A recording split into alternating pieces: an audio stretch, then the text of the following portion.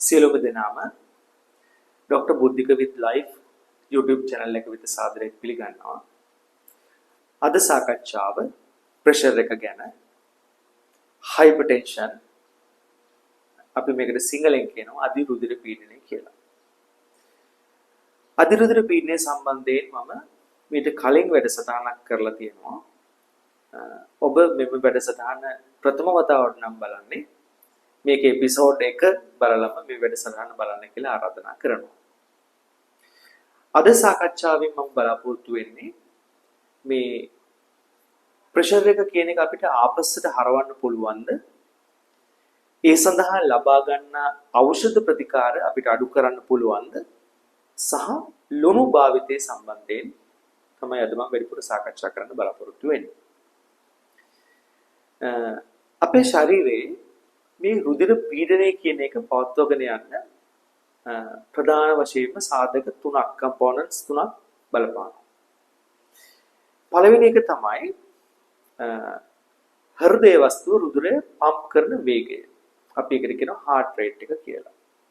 සහ එකවරකට කොච්චර රුධිර ප්‍රමාණයක් හෘදයෙන් එළියට දානවද කියන කාරණය. අපි ඒකට කියනවා stroke volume කියලා. හෘදය වස්තුව රුධිරය පම්ප් කරන වේගය, heart rate එක සහ එකවරකට කොච්චර රුධිර ප්‍රමාණයක් එළියට දානවද කියන කාරණය. දෙවෙනි සාධකය තමයි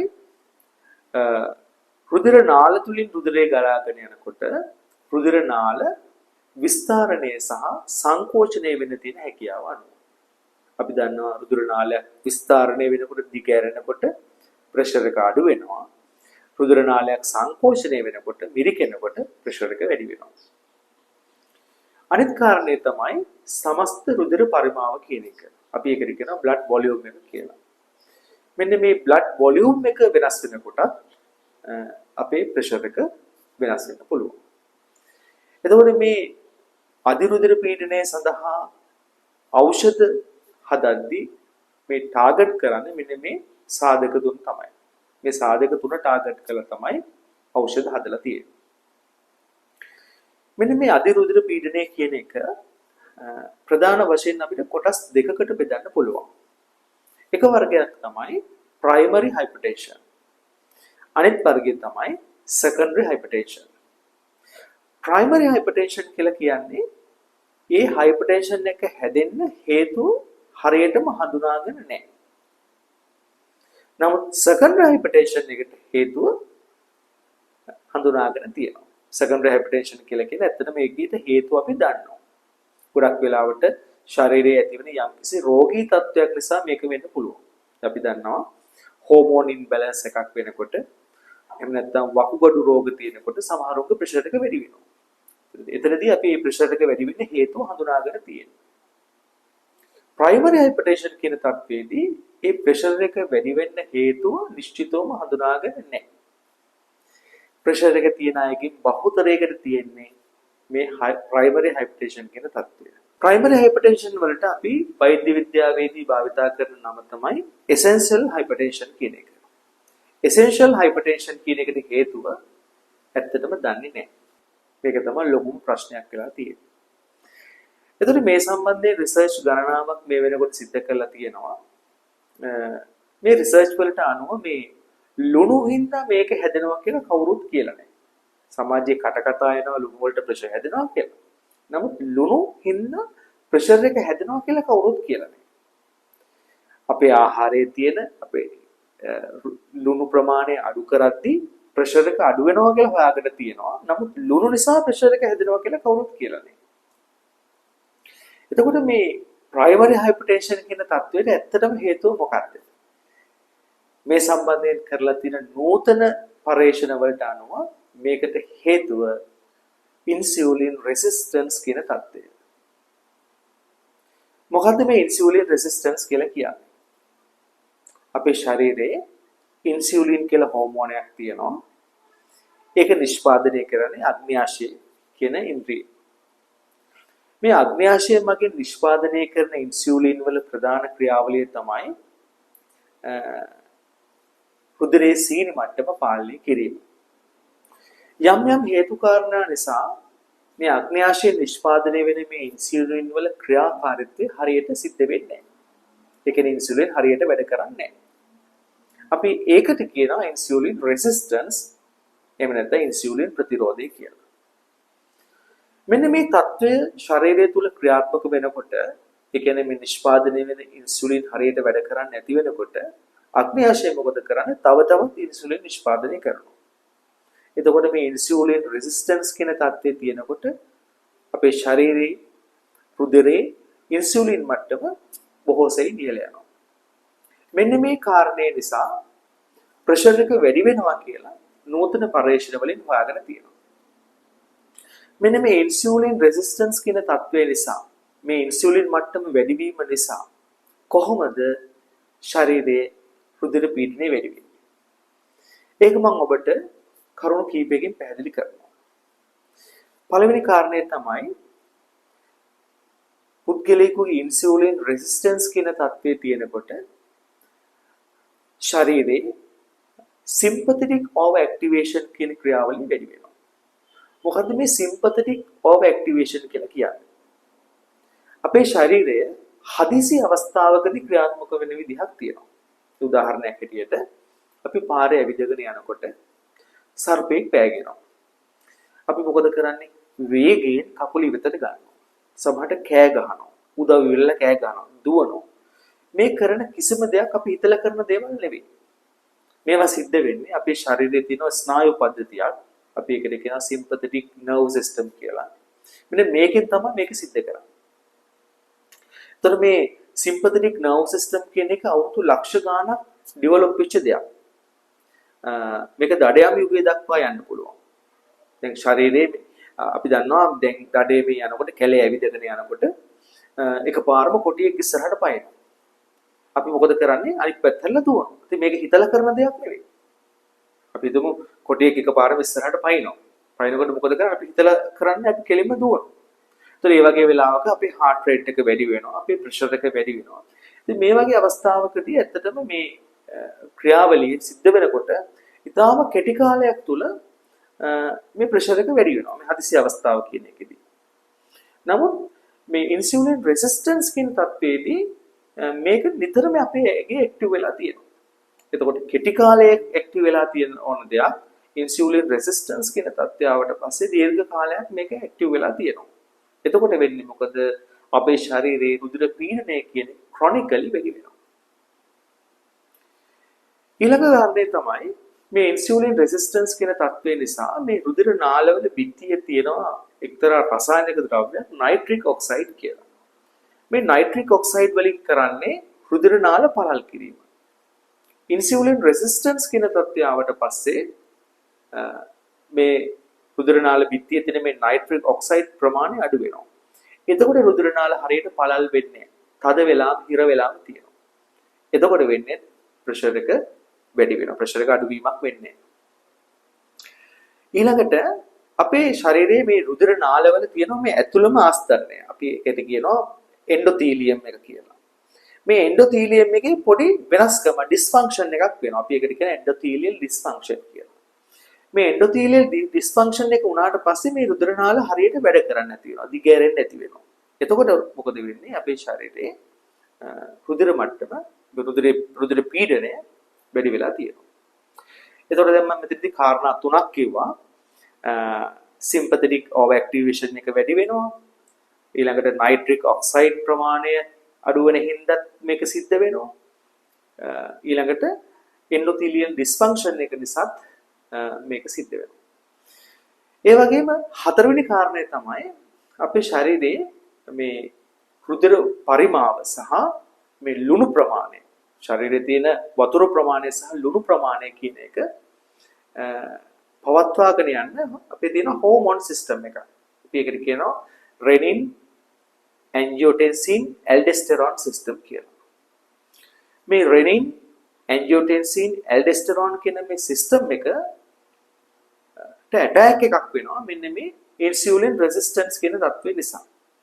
එතකොට වෙන්නේ මේ රුධිරයේ තියෙන පරිමාව වෙනස් වෙලා කියලා ප්‍රෙෂර් එක වැඩි වෙනවා. එතකොට මම දැන් කාරණා හතරක් කිව්වා.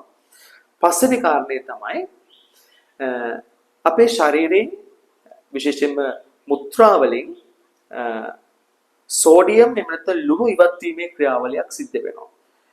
වක්ගඩු වලින් තමයි මේක වෙන්නේ. එතකොට මේ ලුණු ඉවත් වෙනකොට ඒ ඉවත් වෙන ලුණු ඒ නැවත ශරීරයට උරා ගැනීම මේ ඉන්සුලින් මගින් සිද්ධ කරනවා.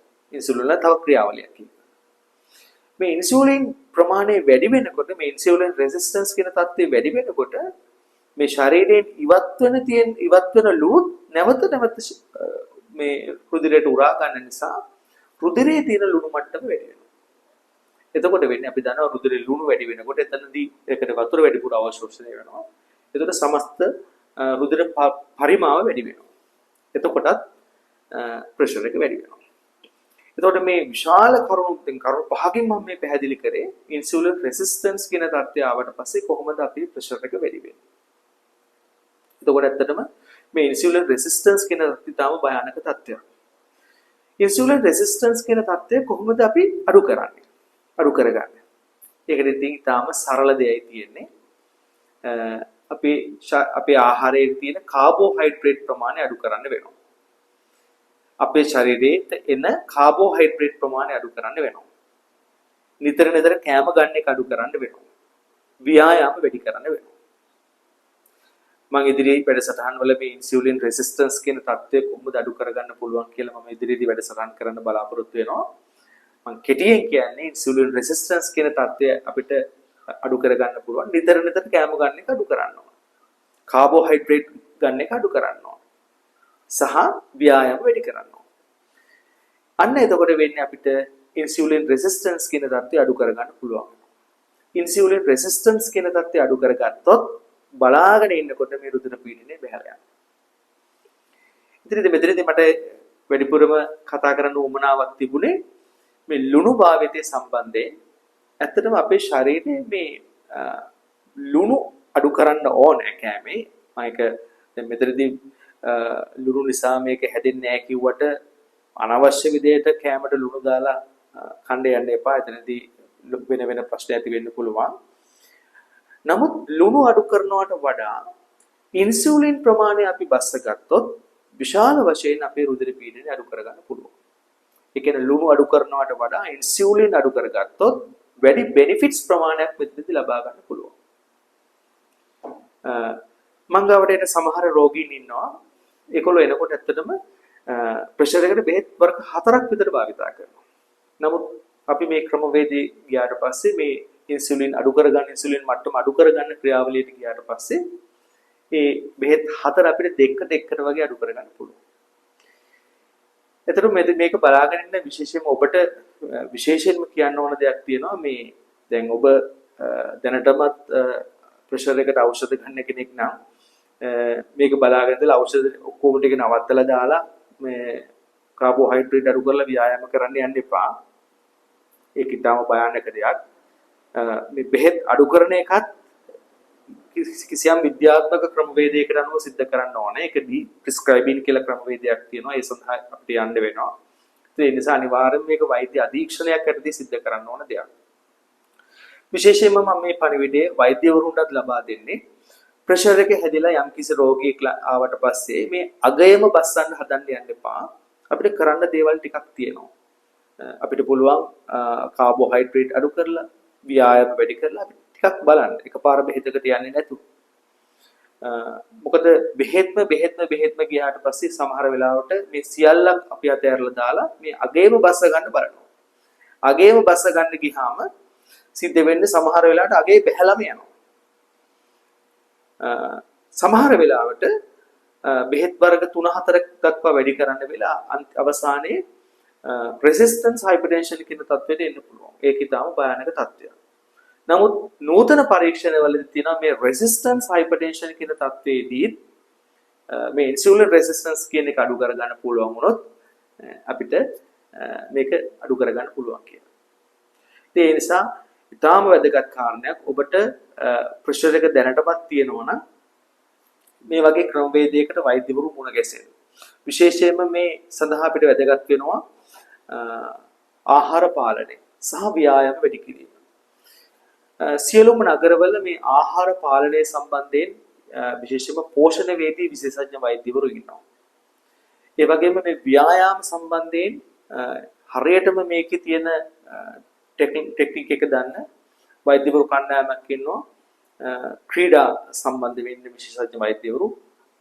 දැන් ඒක අපේ ලංකාවේ සෑම නාට්‍යයකම වගේ වෛද්‍යවරු ඉන්නවා.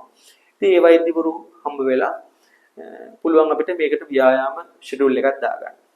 ඉතින් මේ විදිහට කියලා අපිට පුළුවන් මේ ඉන්සියුලින් රෙසිස්ටන්ස් කියන தත්ත්වය අඩු කරගන්න පුළුවන් වුණොත් විශාල වශයෙන් අපි මේ ගන්න බෙහෙත් ප්‍රමාණය අඩු කරගෙන මේ අධිරුධිර පීඩනය කියන එක ආපස්සට හරවන්න. ඒ නිසා මම අද මෙතනදී ඔබට දෙන්න ගිහපු පණිවිඩය තමයි මේ ඇත්තටම මේ essential hypertension කියන එක මේ හඳුනා නොගත් hypertension කියන தත්ත්වය තවදුරටත් හඳුනා නොගත් තත්ත්වයට යන්න අවශ්‍ය නැහැ. ඒකට ප්‍රතිකාර තියෙනවා. ඒක අපිට අනිවාර්යෙන්ම ආපස්සට හරව ගන්න පුළුවන්. ඒ සඳහා ලබා ගන්න බෙහෙත් අනිවාර්යෙන්ම අඩු කරගන්න පුළුවන්. ඒ සඳහා අපි කරන්න ඕන අපේ ආහාර විශේෂයෙන් කාබෝහයිඩ්‍රේට් ප්‍රමාණය අඩු කර ගැනීම සහ ව්‍යායාම වැඩි කර ගැනීම කියන එක.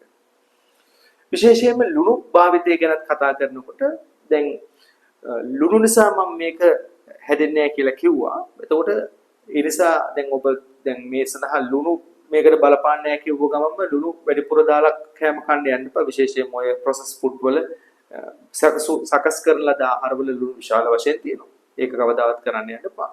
නමුත් ඔබ දැනටමත් ප්‍රෙෂර් එකට බෙහෙත් ගන්න කෙනෙක් නම් ඔබ අනවශ්‍ය විදිහට ලුණු අඩු කරගන්න යන්න එපා. මොකද එහෙම වුණොත් එහෙම අපේ ශරීරයේ විශාල වශයෙන් මේ ලුණු අඩුවීමට ප්‍රතිචාර දක්වනවා. අපි ගාවට එන සමහර රෝගීන් ඉන්නවා මේ ලුණු අඩු වෙලා ලොකු ප්‍රශ්න වලට මුහුණ දෙන අය. ඒ නිසා ලුණු ආහාරයට ගන්න, නමුත් ගන්න ප්‍රමාණය අඩු කරන්න. නමුත් විශේෂයෙන්ම මතක තියාගන්න ඕනේ ලුණු අඩු කර ගන්නවට වඩා අඩු කර ගන්න ඕන අපේ ශරීරයේ ඉන්සියුලින් මට්ටම. තවත් දවසක මෙවැනි වැඩසටහනකින් හමු වෙනතුරු අදට සමුගන්න.